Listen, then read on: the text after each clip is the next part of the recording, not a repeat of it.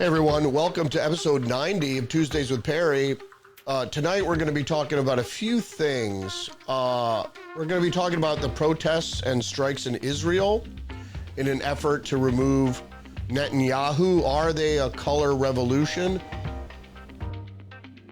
We're also going to be talking about Kamala Harris and the machine that's backing her. She's not really making any decisions. She's going to wait out the rest of the campaign.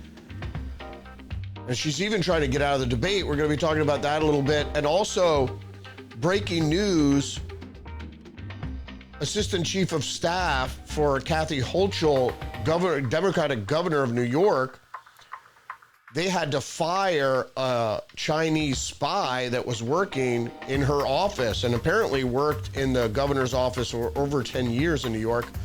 And also the New York Post is reporting that the CCP is engaged in spamouflage. They're running sock puppet accounts on social media to try to influence the U.S. election. So we're going to be getting into that in just a second. Let's get Perry on the line.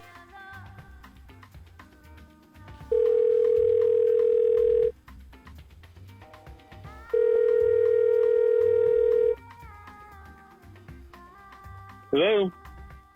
Hey, Perry, welcome back to the podcast. It is episode 90. Can you believe that we've done 90 of these so far?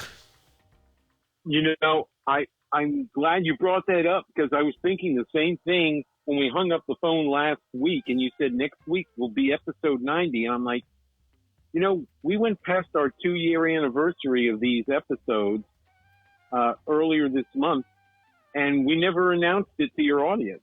So happy anniversary, even if it is belated. Thanks very much, and same to you, my brother. So where do you want to start? Why don't we start in Israel? I know you're sort of a fan of Netanyahu, and I have always stated that I believe the whole October 7th thing and the fallout from those terrorist attacks were a way for the left to get rid of Netanyahu once and for all.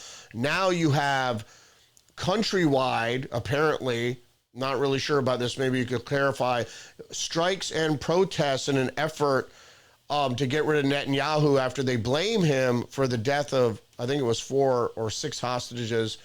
And was it 6? Yeah. And so, to put exclamation point on that, fresh anti-Israel protests at Columbia University this afternoon. So where do you want to start here? Well, let's start with the AstroTurf nonsense that's going on in Tel Aviv. This was to be expected. In fact, I'm surprised it took this long for the ultra-left in Israel to finally mobilize their rent-a-mobs because they had a much better opportunity to win the hearts and minds of the majority of Israelis if they had done this maybe 6 months ago. They blew their opportunity the moment Hezbollah started launching rocket attacks into northern Israel. Because the one thing that galvanizes the population of any country, whether it's the United States or Israel or any country, is when they are attacked, the people unite. Because as our founding fathers said, I want to say it was Franklin. It may have not been him, but he said, if we don't all stick together, certainly we will all hang individually. And that is exactly the mentality of the vast majority. And when I say vast majority, better than 65% of Israelis right now. As a matter of fact, if the Israeli election were to be held now, Netanyahu would win. That's the reason for these rent-a-mobs. It's all AstroTurf. They have nothing that they can say. You're blaming the prime minister of your country, the leader of your country, for the insanely inhumane actions of a group of animals. That's laughable on its own right, in its own right. So the Israeli government, starting with Netanyahu, almost 2 years ago. It's hard to believe. I'm sorry, almost a year ago. I'm confusing Ukraine and Israel now. Almost a year ago, 11 months ago, almost to the day it started, the Israeli government has said, give us back our people, and we will sit down immediately to negotiate with you. The animals that are Hamas and their supporters, of which is better than 70% of all Palestinians, say, fuck you. So in order for there to ever be negotiations, to have a partner in negotiating anything, whether it's a hostage standoff or whether it's a war, you have to have a partner in that negotiation. We don't. So it leaves you no option, and everybody in Israel knows this. It leaves you no option except to continue the fight. The problem for Netanyahu is most people inside Israel understand that what the college crowd and young people who are the conscripts of the Israeli defense forces, you know, every single Israeli has to serve a minimum of 2 years in the military. It's mandatory. And you have these 15 to 20-year-olds that are either listed to go under conscripted service or have already served or have been given notice to report.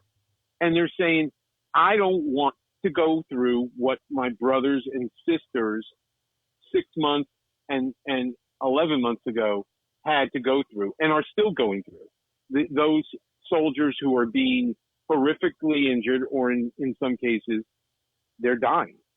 And so you have all, I don't want to call them cowards because that would be unfair, but you have all of these left-leaning young people in Israel who don't want to sacrifice their life for a war that they think can be avoided through negotiation. And what they're refusing to accept is the fact that there is only one party that's willing to negotiate, and that is their own government.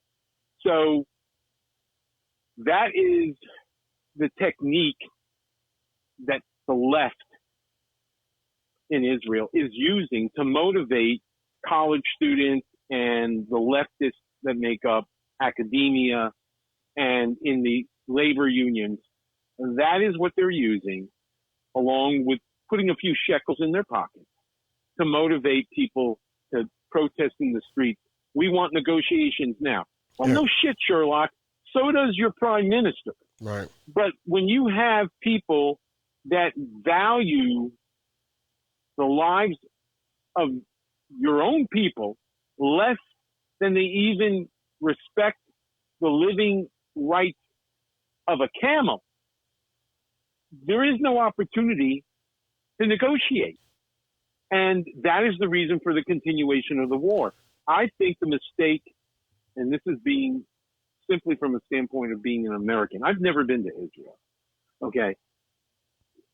But looking at this through the lens of as being an American, not a Jew, but an American, is Vietnam taught us that wars that you engage in have to be won quickly, meaning a year or less. And this war in Israel, in Gaza, is not going to end before 10/7.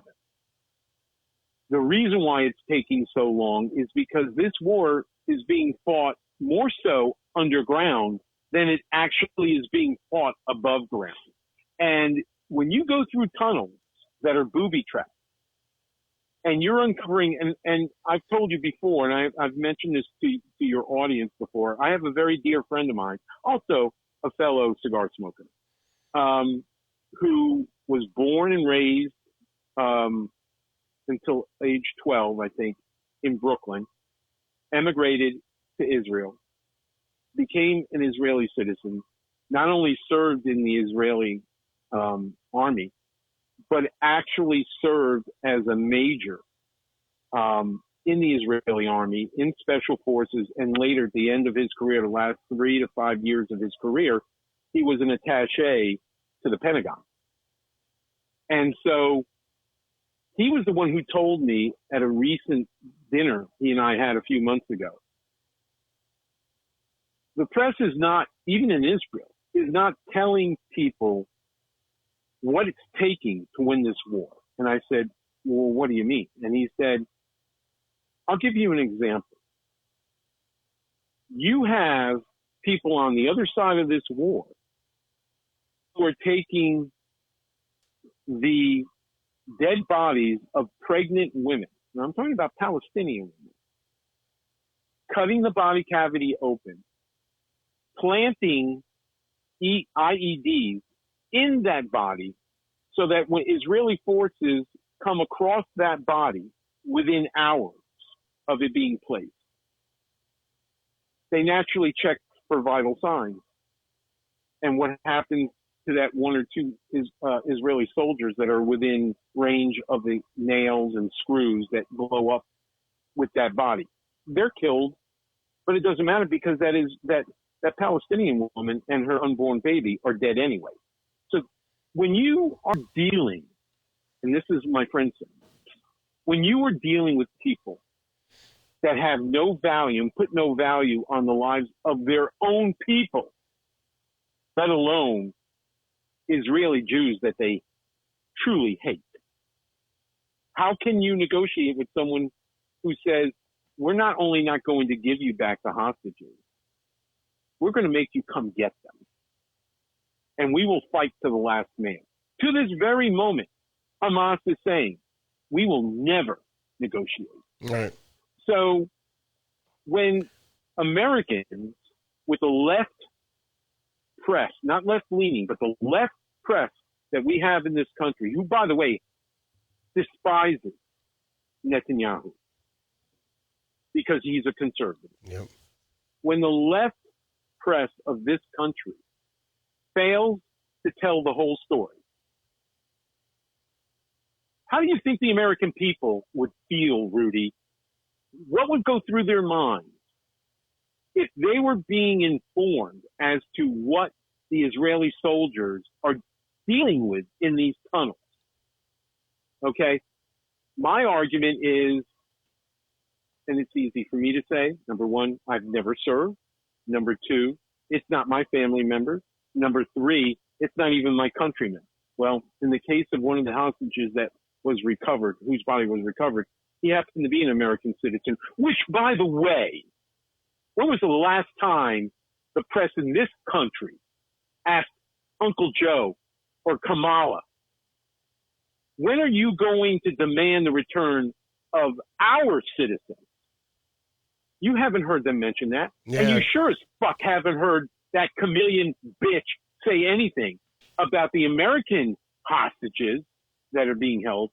So when they recovered those 6 bodies over the weekend, they had to go through a gauntlet of booby traps that were inside that tunnel. It takes hours to move less than 20 feet because you have to send in your demolition expert to neutralize that explosive device. And then you get past that barrier, and then you have the next one. And then you find 6 bodies, and then you have to figure, well, we have to assume if they had time, they booby-trapped the body. Yeah. How do we recover our people? Yeah. This is what we're dealing with. Well, Now, that report is being made in Israel, but we're not hearing that in this country. Yeah. If you go to the Jerusalem Post or you go to the more conservative Israeli press that I read, it's being reported there. Yeah. It's just not being reported by the AP, and therefore, because the AP isn't reporting, therefore American press isn't. Yeah, the AP is part of the machine. Yep. Right. So I don't want to hear any more about that. My personal desire is, as I said to you almost a year ago, push them into the sea. We have no choice. Right. Let me ask push them into the sea. Let me ask you a question. Do you think the Democrat Party in the State Department, as part of the Biden administration, you think they have anything to do with riling up the crowd in sort of a color revolution scenario in an effort to try to topple Netanyahu? I know it really wouldn't succeed, but do you think the State Department has anything to do with ginning up the crowd there in Tel Aviv? Well, where do you think all the fucking money for this is coming from? You know, we have spent now, and I wish I could remember who said this. It was on a podcast, and this is someone who is not just a talking head. Okay, this is someone who served in, I think, 2 Republican White Houses in the State Department. And this man said, we have now spent almost $300 billion in the Ukraine-Russia war. Now, you and I, and everyone listening to this podcast, knows that we haven't shipped $300 billion worth of aid, whether it is to pay federal pensions of Ukrainians, or whether it is to pay for war material, or whether it is to pay for whatever medical needs they have because of this unnecessary war. Whatever it is, do you really think we have actually sent $300 billion worth of physical aid to that country in two and a half years, a little over 2.5 years? Hell no. That money has circulated back into the coffers of the DNC, and through their NGOs, who are also in Israel, they are funding these types of protests. Right. Here too at Columbia, apparently. Well, you beat me to the punch. I was going to point out, it was reported, I want to say it was the New York Post, reported within the last week, and you and I have talked about this, that all the AstroTurf support for Kamala, how many people are being bussed in to her half-filled appearances. Yeah. Okay? These people are not just getting bussed in, they're being given, and Democrats have done this for decades. We're not just going to bus you in. We're going to buy you lunch. We're going to buy you dinner. And we're going to pay for an open bar of one kind or another, whether it's beer or whether it's hard liquor. They call it walking around money for a reason. Yeah. This money is coming back to the United States by way of Ukraine. Oh, yeah. And that's how all of this is getting funded. Right. And it was done. You just don't see it. Yeah, it was done through FTX before the collapse there. And apparently a lot of the money going to NGOs is also fostering the immigration waves that are arriving at the southern border, including NGOs from Israel as well. And so I want to move on now to apparently Kathy Hochul had fired an assistant chief of staff, a Chinese national, I believe. It's hard to say whether she was a national or an American citizen, but she was obviously Chinese. And her husband were spying for the Chinese Communist government. So here is another... Imagine that. Yeah, here is another Democrat politician who happens to have the Chinese communist up their ass. And, you know, it's... Sure, you have in California, you had Dianne Feinstein for 20 years employed a Chinese spy as a driver, and Eric Swalwell apparently was sleeping with a Chinese spy, and now you have this other woman who was working not just in, in the administration, but actually in the closest circle with the governor, but apparently she had been there for 10 years.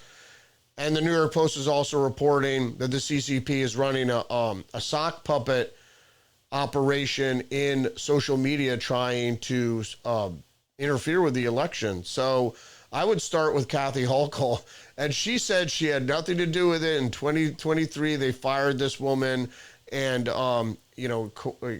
corroborated with law enforcement, but that doesn't mean the damage had already been done. Well, of course. I mean, how many years did Fartwell sleep with this Chinese spy? Bang Bang. 5 years. What a great name. Yeah. Bang Bang. Yeah, she was. 5 years. Yeah. Has Eric Fartwell ever had to testify in front of an intelligence committee to explain his action? Nope. Nope. He was interviewed by the FBI. That was it. Right. Nothing to see here, folks. Okay? But yet he was sleeping with this woman for years. There's no there. However, we're still hearing now, 8 years after the fact, about Russia. Okay? She, meaning Hochul, has apparently absolved herself of all sins because, well, I never hired the woman and I fired the woman. Okay. But you were working under Andy Cuomo for how many years? I believe it was 8 years or longer. He had been reelected. I believe Andrew Cuomo was reelected twice, and it was in after his second reelection that he had to leave office because he had been changed. But that's right. She was a lieutenant governor. Yep, Kathy Hochul. So you're pulling a Kamala Harris? Really? You're going to say I'm the proverbial monkey who hears, sees, and speaks nothing? You were the lieutenant governor. You're going to sit here and tell not just the residents of New York State that foolishly voted for you, but you're going to tell the rest of the country that you have no skin in this game because, well, I was lieutenant governor. I had no knowledge of this. Well, that's funny because this woman was pretty high up within the apparatus of the governor's office.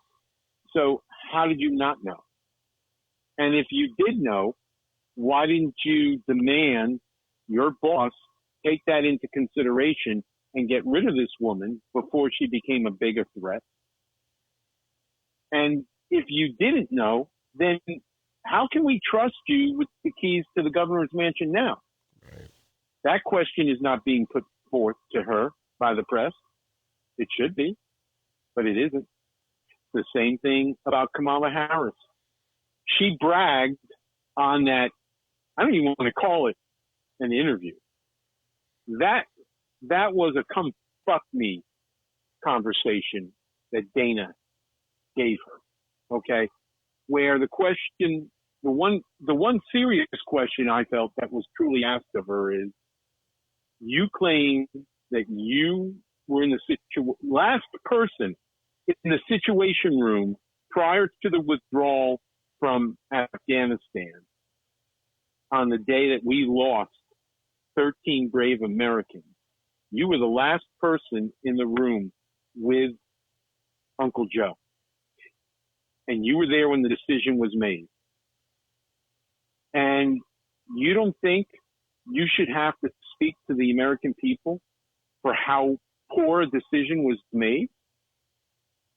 If it wasn't your decision, which I think it was, then it was certainly your boss's decision. And if it was, how come you have nothing to say about it except the fact that you were in the room?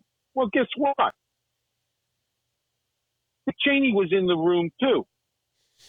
And before him, in George Herbert Walker's administration, Dan Quayle was in the room when Saddam Hussein invaded Kuwait. Okay? They were part of the decision-making process. So you were in the room. You were the last person in the room with Joe Biden, and you don't think you have to apologize to the 13 families whose son and daughter you sent to their graves? You haven't You haven't even had the decency to send a letter of condolence with your hand-signed signature. You didn't have the guts to face them in person, but yet you're going to criticize Donald Trump for showing up at Arlington Cemetery at the request of those 13 families? Why wasn't that question put to her? Because the press aren't her cheerleaders. And the same thing can be said about what's going on in Israel. Yeah. Yeah, Kamala Harris it's apparent now that she didn't get a bump from the DNC, from the convention. It seems like Walz might be more of a drag than she would have hoped. Not just because of his military service and his claims, his false claims, but also because apparently that he's pretty cozy with the Chinese. So as long as we're talking about the communist Chinese, we might as well talk about Tim Walz, is that he's very cozy with them and apparently gets off on the Tiananmen Square massacre. But from my standpoint, it seems like the left is very heavily invested with communist China, but as well as a controlling factor in Islamic militancy. It seems like every time the Democrats need a distraction or need, something to happen in the Middle East, some sort of chaos or conflict, that Islamic terrorism raises its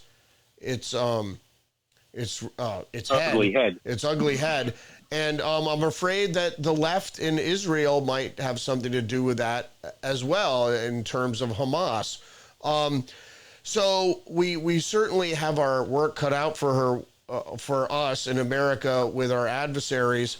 But going back to Kamala Harris, it seems that she is not the figurehead, and nobody seems to really care that she's not much of a figurehead, because they know the machine behind her, the machine behind Biden that was pulling his strings and is pulling her strings, are not of account, because it doesn't matter. They're not pulling the strings anyway, so it doesn't matter how she feels about the war in Ukraine or about Israel or about the border. It doesn't matter what Joe felt about it either, because he's really not going to be making those decisions on those key policy issues. He's spending too much time at his beach house. Yeah, sleeping on the beach, because, as I reported earlier, that he's asleep and nobody really cares about him anymore. And if you see him campaigning for Kamala Harris, it's a joke. He still can't stand at the podium. He has to lean on it and whisper. It's pretty creepy.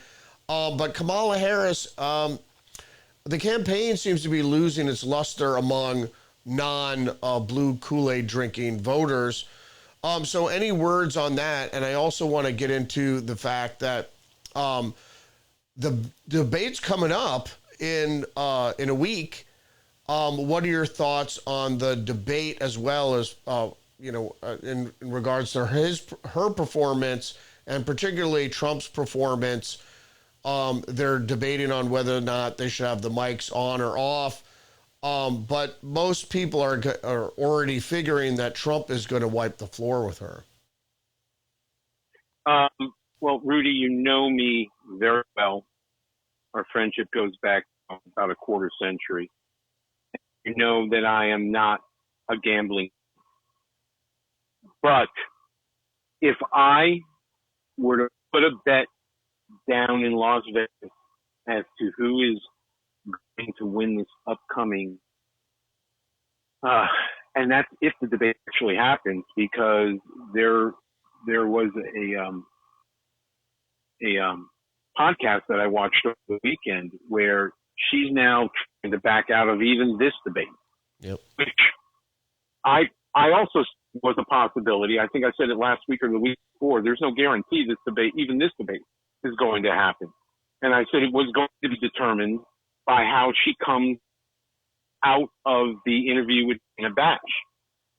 And she failed miserably. I mean, look, always being transparent, I will admit I didn't watch this clown show. I did watch what conservatives on X, I'm talking about reporters, they 5 and 2 minute snippets of, and I watched 3 or 4 different versions of that clown show. And one of the things that I learned is when you take out the commercials, the entire interview was less than 27 minutes. 27 minutes, she spoke for 17. Walt spoke for 3. And I think Dana Bash spoke for 4.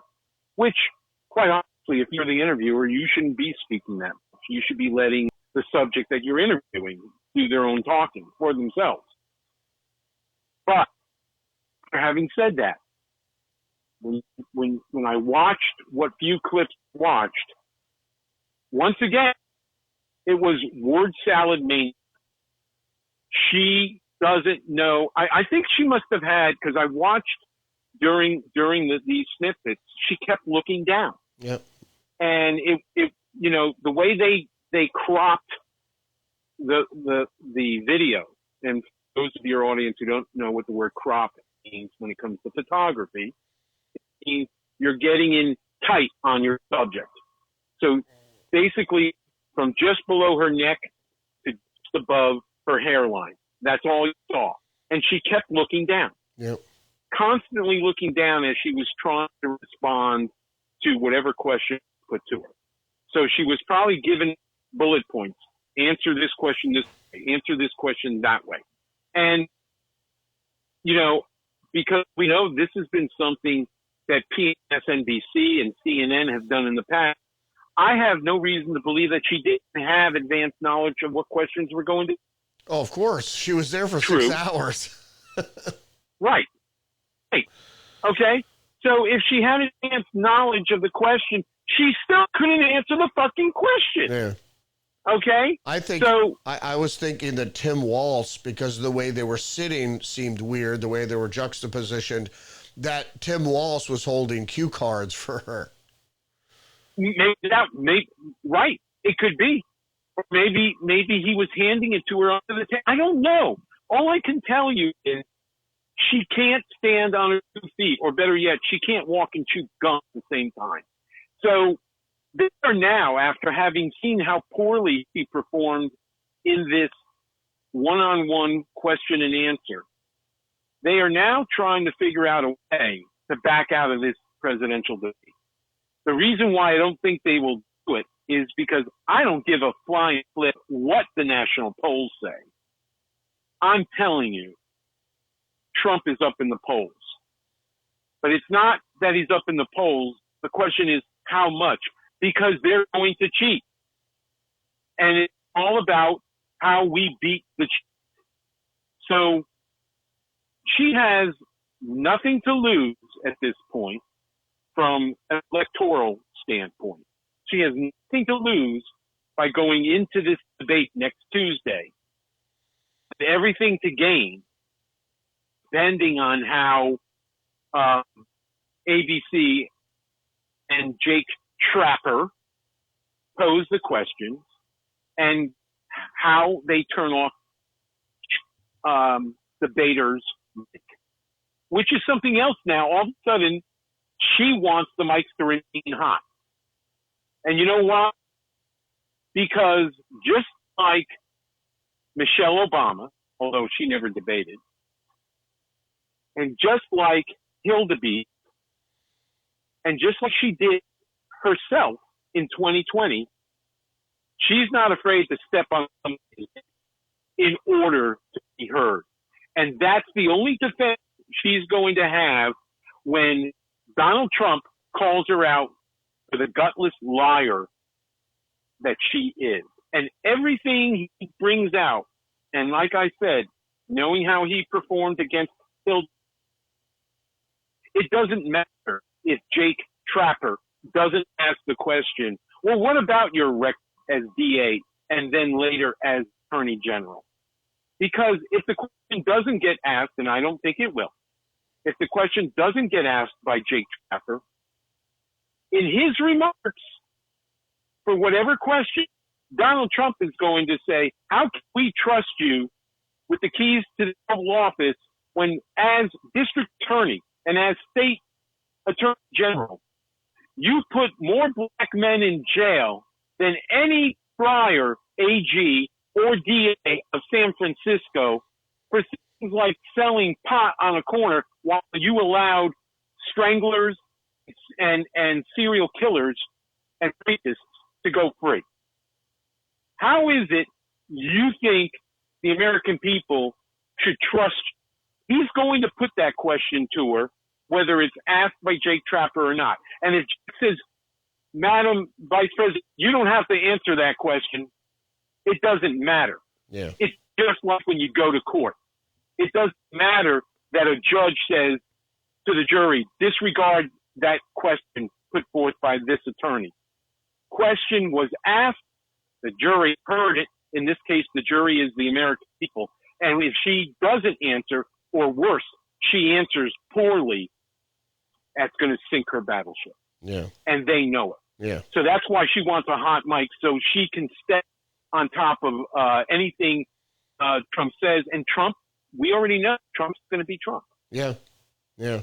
Well, I'm sure he's going to dominate during the debate, and I don't think it's going to be Jake Tapper. I think it's George Snuffleupagus is going to be the ABC moderator, if I remember correctly. So, but he's certainly no better than Jake Tapper. Actually, Jake Tapper's a little bit better than George Snuffleupagus, and George was the one who interviewed Kamala one of the last times, and so they're going to get their situation down and have all their signals. And so she's definitely debating in front of for a friendly audience at ABC. And I'm sure they're going to throw some wrenches into the works for Donald Trump as well. She will probably get softball questions. What is your favorite color? What is your favorite ice cream? And Donald Trump, why are you such a racist bigot? You know, those are the questions that are going to be for Donald Trump. Well, you know, why are you a racist bigot? And, why do you beat your wife? Right, exactly. And I don't beat my wife. Well, I just said you did. Yeah, right. Okay. Why do you want to be Hitler? You know, why do you want to be the dictator on the first day, what have you? So it's going to be interesting to say the least. So that is 1 week from today. Any parting words about Kamala Harris's campaign and the lackluster? Apparently, we were looking at the polls. There's a new poll out. I believe it's a Suffolk County USA Today poll that has her up. But if you look at the aggregate polls that Real Clear Politics have, Trump is still up by a few points. And in all the battlegrounds, right, and with regards to all the policy that people are concerned about, he's up, but it is still close enough to cheat, which what worries me. Right.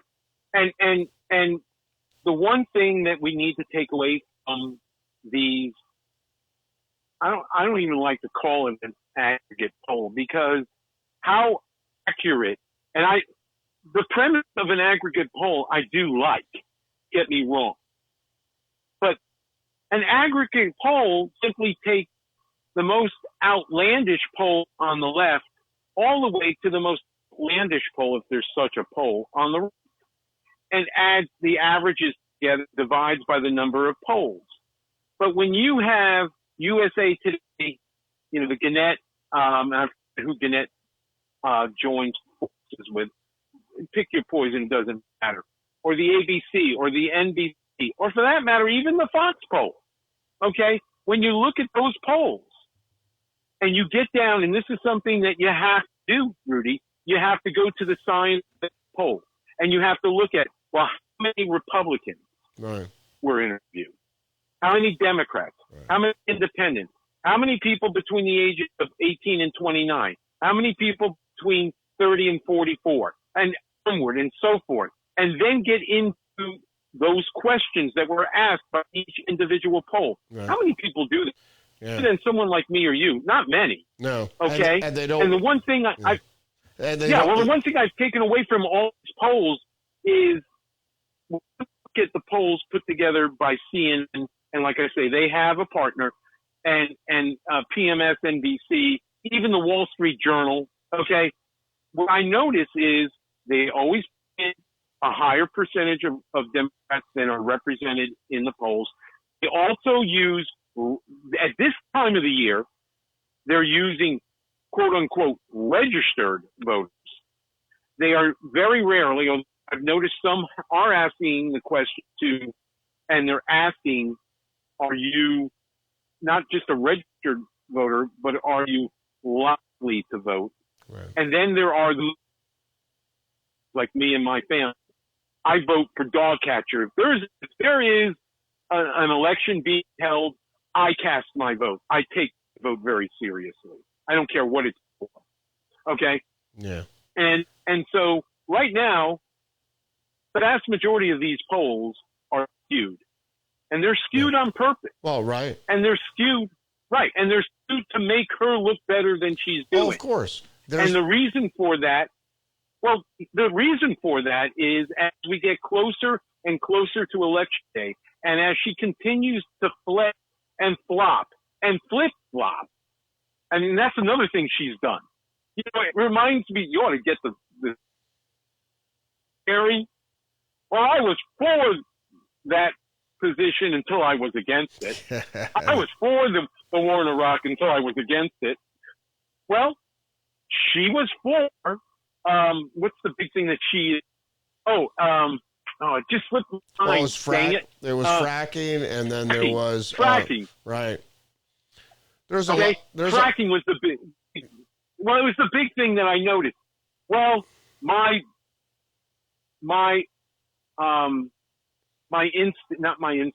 feelings, my convictions haven't changed. Values. What the fuck are you talking about? Values haven't changed. Thank you. My values haven't. Yeah. Really? Your values haven't changed. So if your values haven't changed, why would your position change? They don't. And the big thing about skewing the polls is they're push polls, so the way they word the question is a particular note.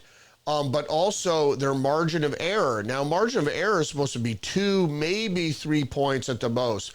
Here you have it 4, 5, 6 points margin of error. So you might as well take those 6 points or 4 points or whatever and give them to Trump. And also, Trump tends to beat the polls 3 to 5%. So you add the margin of error in, you add the 3 to 5%. Why does he beat the polls 3 to 5%? Because usually, like you just described, they're push polls and they're usually heavy on the Democratic voter.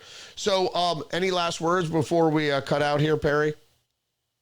Well, one thing that I want to continue to emphasize, people that listen to your podcast happen to agree with us. Whatever few number of liberals that listen to your podcast, I don't care what they think because they don't agree with me anyway.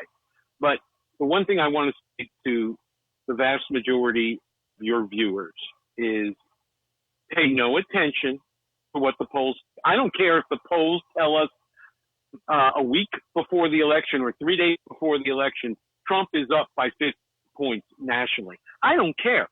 Doesn't matter. You need to vote. Don't throw your vote away. And although I've never been a person who does this because we don't know what October surprise is coming, and you and I talked about this on your show on many occasions in the last year. Something is coming. I don't know what, but something big is coming. Could be, another, what's the word that you've conjured up for a fake pandemic? A pandemic. You have a term. Plandemic? Plandemic. Thank you. Do not wait to cast your vote. If you are as sure of your convictions, not only for president, not only for Senate, not only for U.S. representatives, but in every polling district in this country, in every state in this country, there is a down ballot. You need to vote.